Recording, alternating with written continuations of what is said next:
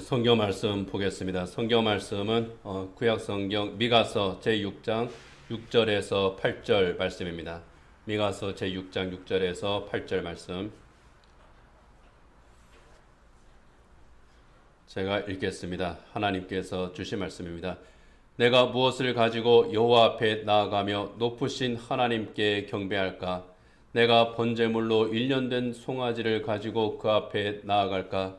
여호와께서 천천의 순양이나 만만의 강물 같은 기름을 기뻐하실까? 내 허물을 위하여 내 맏아들을 내 영혼의 죄로 말미암아 내 몸의 열매를 드릴까? 사람아, 주께서 선한 것이 무엇임을 내게 보이셨나니 여호와께서 내게 구하시는 것은 오직 정의를 행하며 인자를 사랑하며 겸손하게 내 하나님과 함께 행하는 것이 아니냐. 아멘.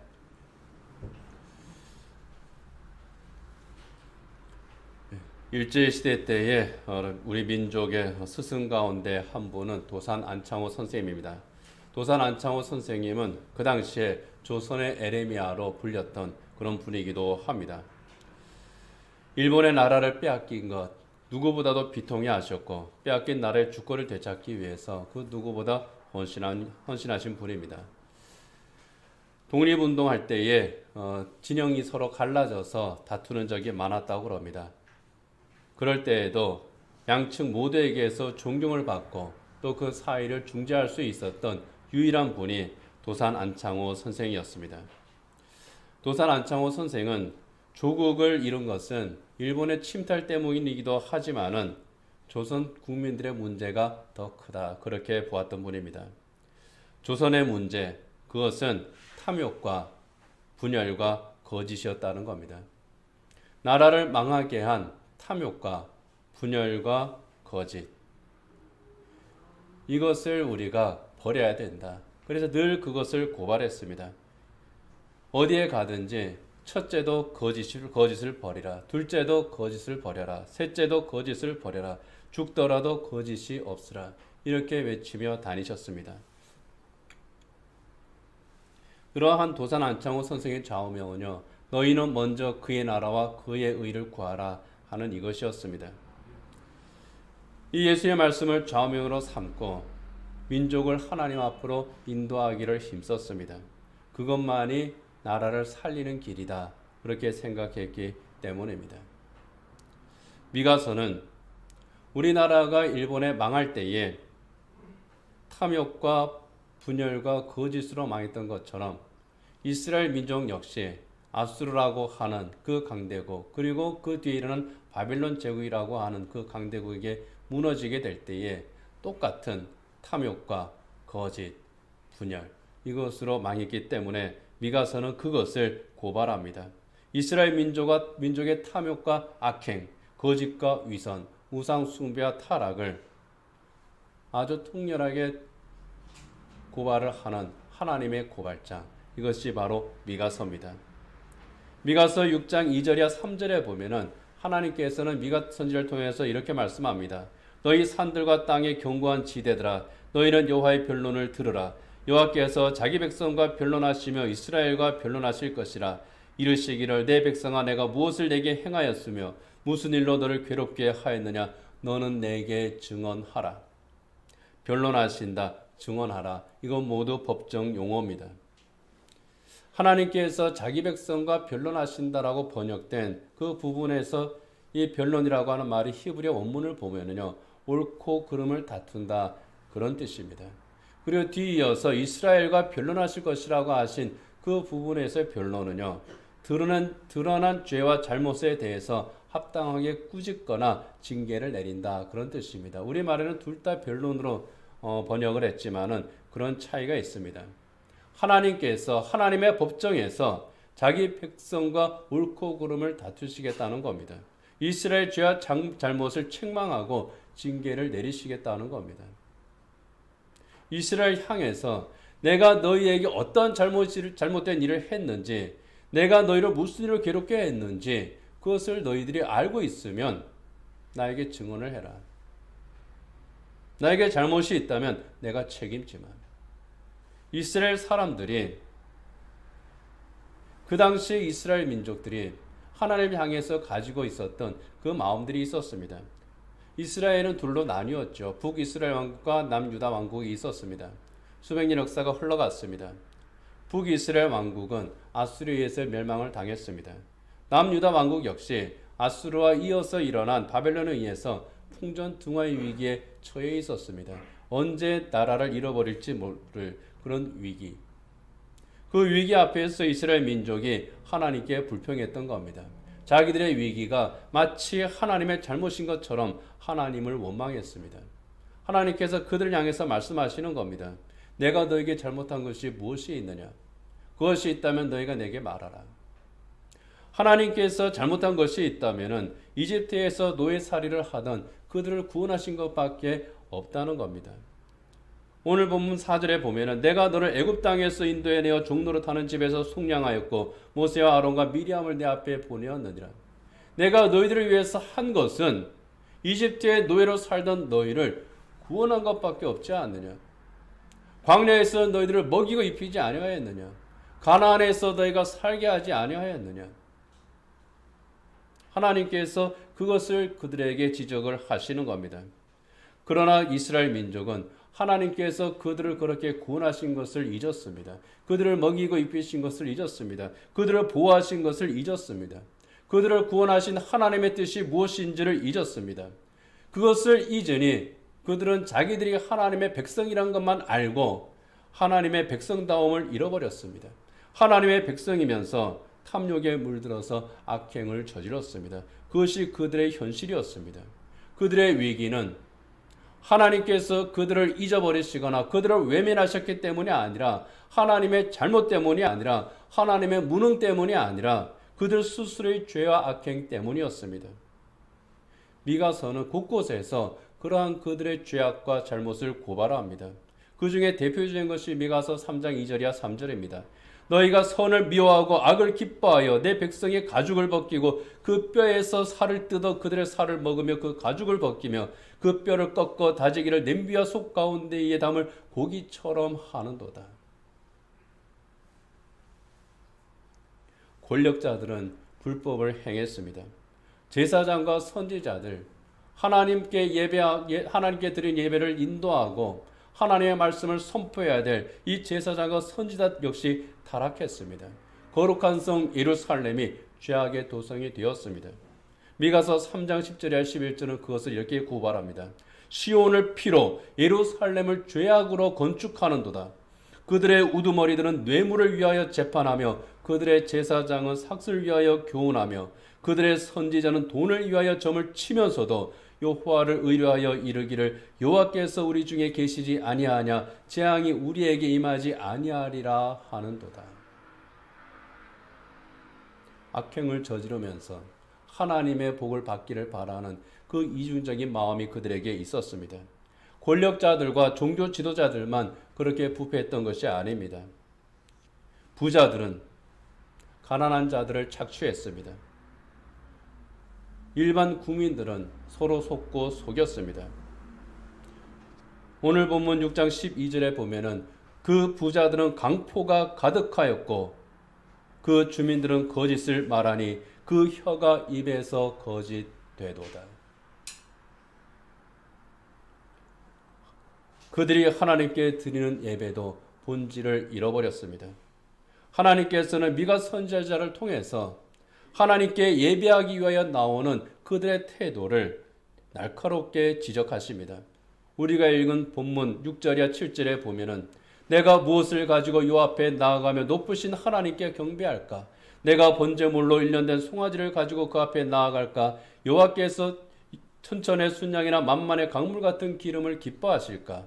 내 허물을 위하여 내 마다들을 내 영혼의 죄로 말미암아 내 몸의 열매를 드릴까? 얼핏 들으면은 참 대단한 신앙 고백입니다. 내가 무엇을 가지고 높으신 하나님께 나아가 경배할까? 내가 무슨 제물을 드리면 하나님께서 기뻐하실까? 그런 고민을 가지고 성전으로 올라간다는 겁니다. 그런 고민을 가지고 하나님께 예배한다는 겁니다. 내가 무엇을 가지고 하나님께 나아가 경배할까? 그렇게 고민하면서 드리겠다고 한 1년 된 송아지는요, 최상급의 번제물입니다. 천천의 순양은요, 수천 마리의 제물입니다.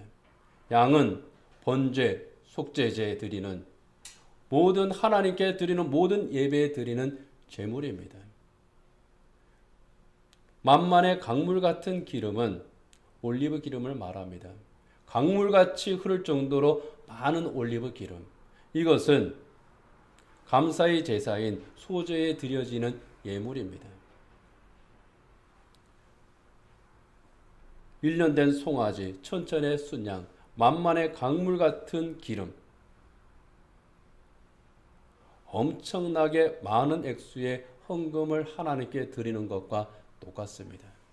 내가 가지고 있는 것 가운데에서 가장 귀한 것, 정말 많은 재물을 내가 하나님께 드릴까?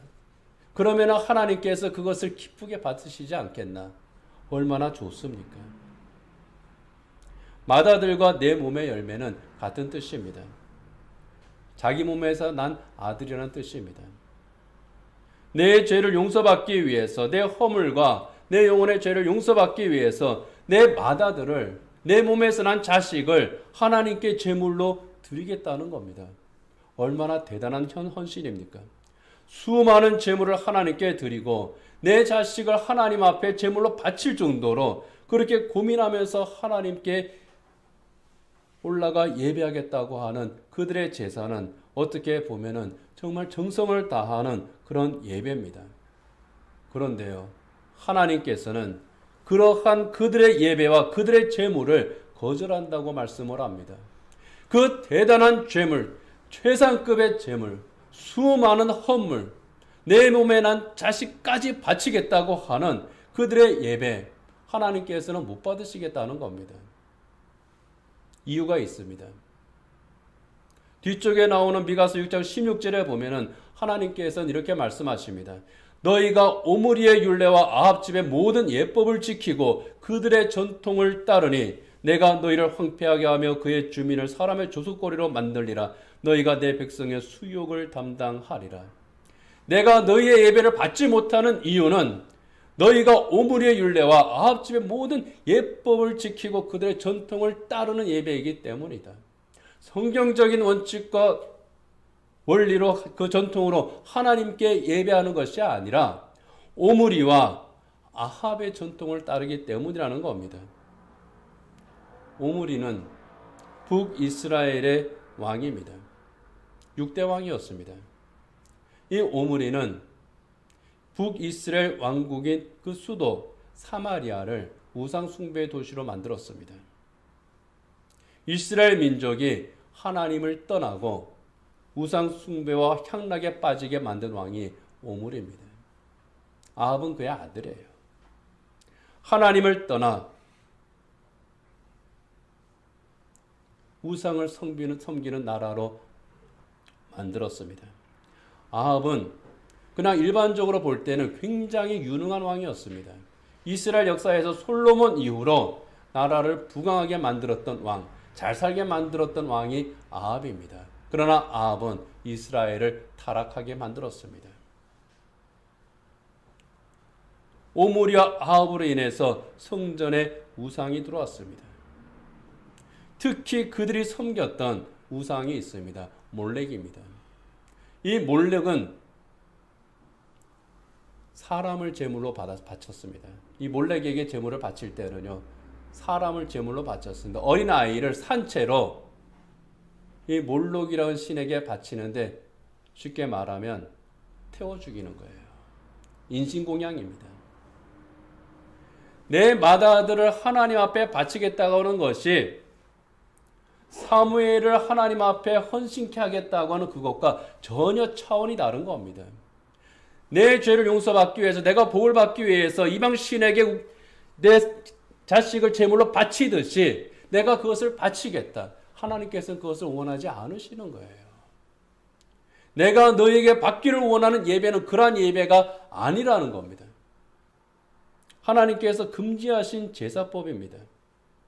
우상 숭배와 영적인 타락 가운데 드리는 예배, 아무리 많은 재물을 갖다가 바친다고 할지라도, 아무리 큰 정성으로 나온다고 할지라도 나는 그 예배 받을 수 없다. 내가 너희에게 정말 구하는 것이 무엇인지 아느냐? 이것이 하나님의 질문이에요. 하나님께 경외함으로 경배한다고 하는 하나님께 경배한다고 하는 그 히브리어는 샤흐라고 하는 히브리어입니다. 그것은 하나님께 경외함으로 예배하는 거예요. 그런데 오늘 본문 6절에서요.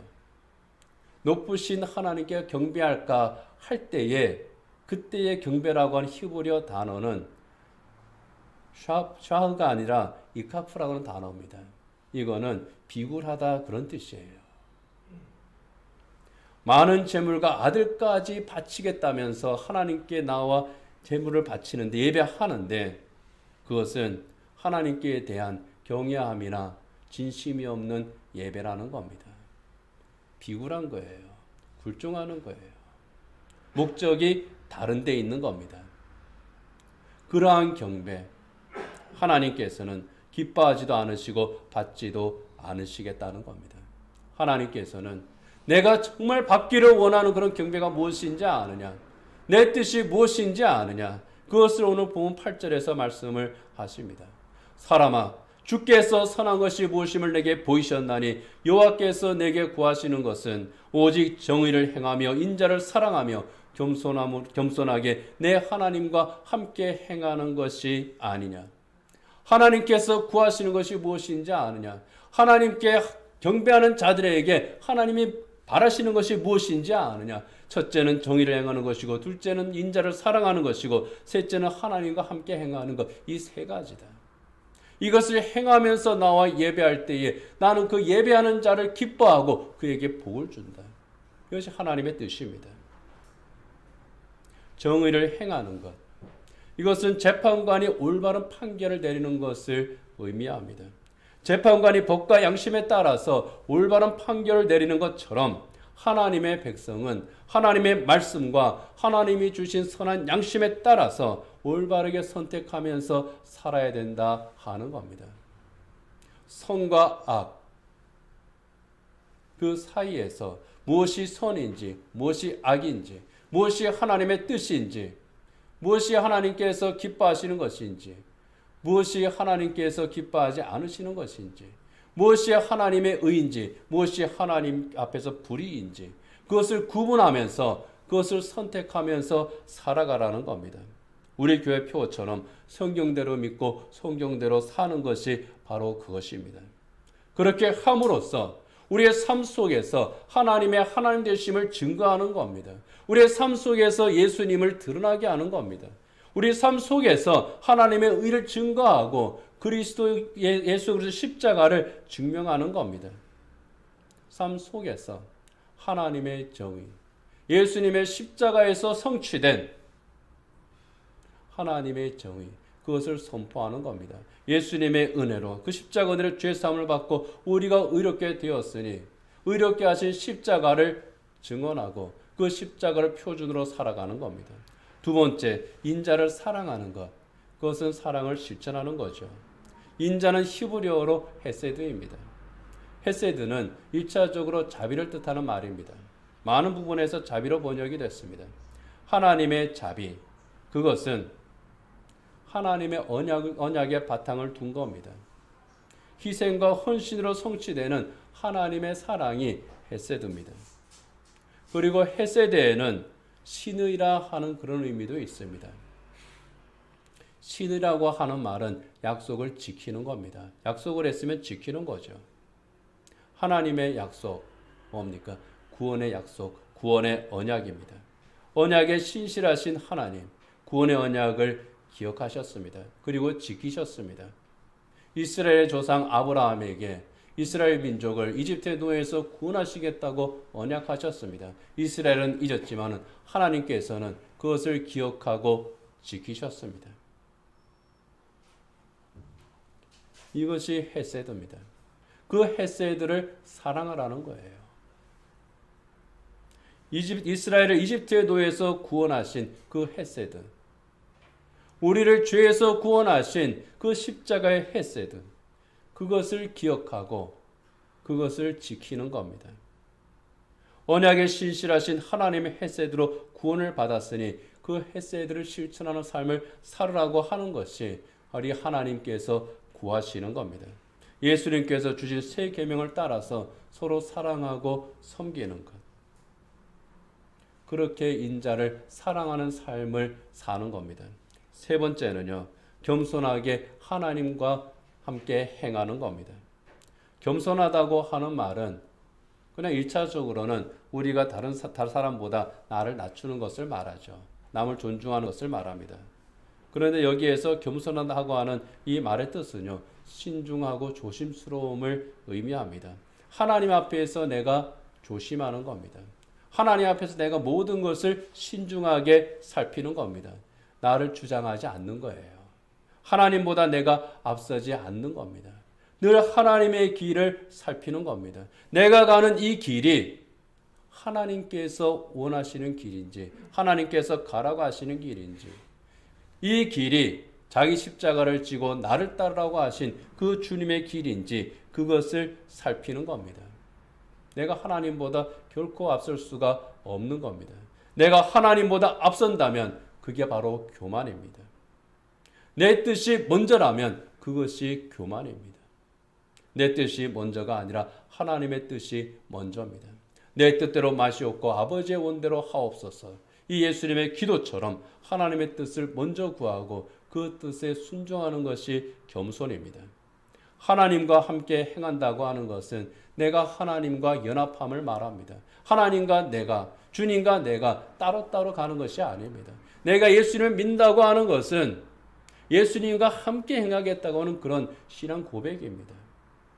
예수님 따로 나 따로 그렇게 가는 것이 아닙니다. 하나님의 뜻 따로 내 뜻 따로가 아닙니다. 하나님의 길이 다르고 내 길이 다르고 그게 아닙니다. 이 길이 언젠가는 만나겠지. 물론 만나겠죠. 그러나 그렇게 따로 가는 길이 아니라 따로 가다가 후에 하나님께서 징계하시고 강제로 끌어오셔서 그렇게 다시 만나는 그 길이 아니라 처음부터 하나님과 우리 주님과 같은 길을 걸어가는 겁니다. 동행이에요. 그렇기 때문에 겸손하게 하나님과 함께 행한다고 하는 것은 내가 언제나 하나님 앞에 서 있습니다. 하나님께서 나를 지켜보십니다. 하는 바로 코람데오 정신으로 살아가는 겁니다. 언제나 나는 하나님 앞에 서 있습니다. 하나님께서 언제나 나를 지켜보십니다. 하나님께서는 내 길에 함께 계십니다. 그런데 이 길이 내가 원하는 길이 아니라 하나님께서 원하시는 그 길이기를 내가 원합니다. 항상 그것을 나는 살펴보고 있습니다. 겸손하게 우리 주의 뒤를 따라서 내가 이 길을 걸어가기를 원합니다. 잘못된 길이 아니라 하나님께서 기뻐하시는 그 길, 참된 길, 생명의 길, 진리의 길, 저 하나님 나라를 향하는 그 길을 주님과 더불어 내가 가겠습니다. 주님께서 십자가를 메고 그 길을 가셨죠. 그럼 나 또한 내 십자가를 지고 이 길을 가겠습니다. 이게 겸손하게 하나님과 함께 행하는 겁니다. 그것들이 하나님께서 기뻐하시는 겁니다.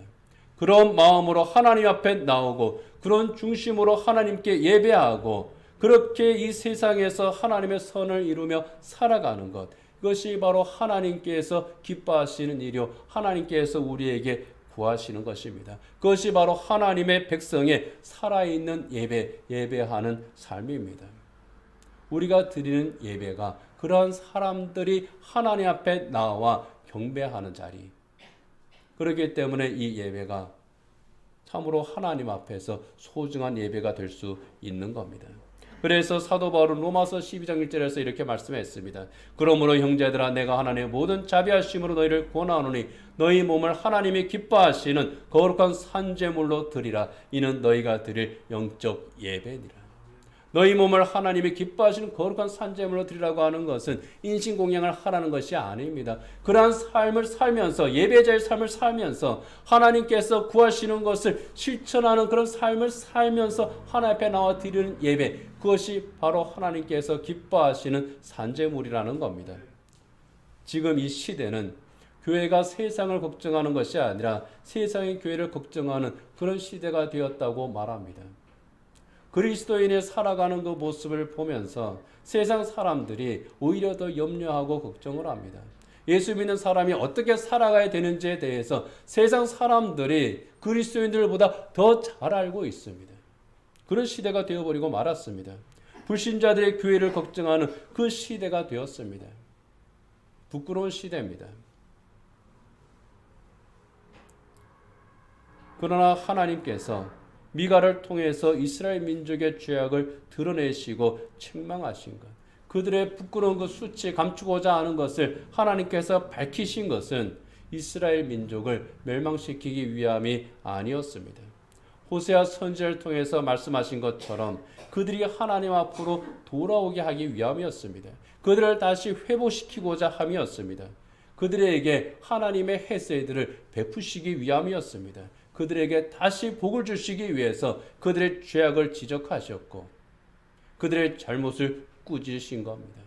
그들의 그릇된 예배를 책망하신 겁니다. 그들이 멸망하지 않게 하기 위해서였습니다. 교회의 위기의 시대입니다. 수많은 그리스도인들이 영적으로 타락했습니다. 빛을 잃어버렸습니다. 그런 시대에 우리 스스로를 돌아봐야 될 줄 믿습니다. 지금 내가 서 있는 자리는 어디인가? 정말 하나님과 나는 동행하고 있는가? 나는 인자를 사랑하는 삶을 살고 있는가? 과연 나는 하나님의 의를, 정의를 실천하며 살아가고 있는가? 내 삶의 원칙은 무엇인가? 우리 스스로를 돌아봐야 될 줄 믿습니다. 하나님께서 이스라엘 민족에 구하시는 것이 정의를 행하는 것이었습니다. 인자를 사랑하는 것이었습니다. 겸손히 하나님과 동행하는 것이었습니다. 오늘날도 마찬가지입니다. 하나님께서 우리에게 구하시는 것, 그것들입니다. 그것을 우리가 생각하고 또 우리를 성찰하며 하나님의 뜻을 구해야 될 줄 믿습니다. 로마서 12장 2절에서는요. 이렇게 권면합니다. 너희는 이 세대를 본받지 말고 오직 마음을 새롭게 함으로 변화를 받아 하나님의 선하시고 기뻐하시고 온전하신 뜻이 무엇인지 분별하도록 하라. 하나님께서 원하시는 것은 변화에 초점이 맞춰져 있는 겁니다. 이스라엘이 다시 돌아오듯이 우리 또한 하나님 앞에서 새롭게 서기를 원하시는 겁니다. 모든 그리스도인들이 마음을 새롭게 함으로 그 영을 새롭게 함으로 갱신함으로 변화를 받아서 성령의 은혜로 우리가 새롭게 되므로 하나님의 선하시고 기뻐하시고 온전한 뜻이 무엇인지 분별하고 하나님의 구하시는 것을 우리가 실천하면서 살아갈 때에 하나님과 세상 앞에서 부끄러움이 없는 진정 그리스도인의 삶을 살아갈 때에 하나님께서 예비하신 그 헤세드를 우리가 충만히 누리게 된다는 겁니다. 그렇게 할 때에 잃어버린 교회의 영광이 회복되는 겁니다. 진정한 부흥의 역사가 일어나는 겁니다. 그리스도인들을 향한 하나님의 은총, 하나님께서 예비하신 그 모든 복들이 다시 강물처럼 흘러 넘친다는 겁니다. 미가 선지자는 미가서 7장 7절이야 9절에서 이렇게 고백합니다. 오직 나는 여호와를 우러러보며 나를 구원하시는 하나님을 바라보나니 나의 하나님이 나에게 귀를 기울이시리로다. 나의 대적이여 나로 말미암아 기뻐하지 말지어다. 나는 엎드러질지라도 일어날 것이요 어두운 데서 앉을지라도 여호와께서 나의 빛이 되실 것이미로다. 내가 여호와께 범죄하였으니 그의 진노를 당하려니와 마침내 주께서 나를 위하여 논쟁하시고 심판하시며 주께서 나를 인도하사 광명에 이르게 하시리니 내가 그의 공의를 보리로다. 우리가 하나님 앞에 우리를 새롭게 할 때에 하나님께서 정말 내게 구하시는 것, 하나님께서 정말 우리 가족에게 구하시는 것, 하나님께서 우리 교회에 구하시는 것, 그것을 우리가 깨닫고 그것을 새롭게 할 때에 하나님께서 우리의 빛이 되시고 우리를 인도하신다고 하는 겁니다. 이러한 하나님의 헤세드가 회복이 되는 하나님의 은혜를 충만히 누리는 저의 여러분이 되기를 원합니다. 기도하겠습니다. 하나님 아버지, 이 시대에 저희는 한없는 부끄러움으로 살아가고 있습니다. 하나님, 미가 선지자를 통해서 이스라엘 민족에게 경고하시고 책망하셨던 그 하나님의 음성을 듣기를 원합니다. 불의를 행하며 거짓된 예배를 드리는 것을 하나님께서는 원하지 않으셨습니다. 기뻐하지 않으셨습니다. 하나님의 뜻을 구하고 하나님의 의를 행하며 하나님의 세대를 사랑하며 겸손히 우리 주님과 동행하며 하나님의 길을 걸어가는 그런 그리스도인들, 그런 교회의 자리를 회복할 때에 하나님 앞에 서 있는 우리의 신앙의 자리를 회복할 때에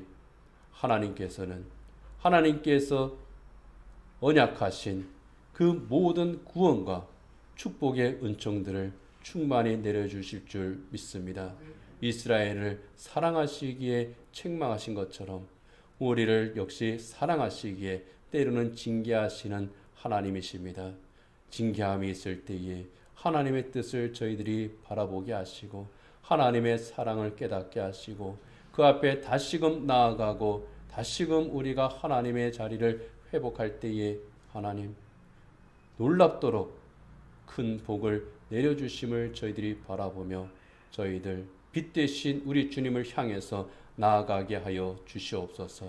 우리를 하나님의 선하신 길로 하나님의 의로우신 길로 항상 인도하여 주옵소서. 예수님 이름으로 기도드립니다. 아멘.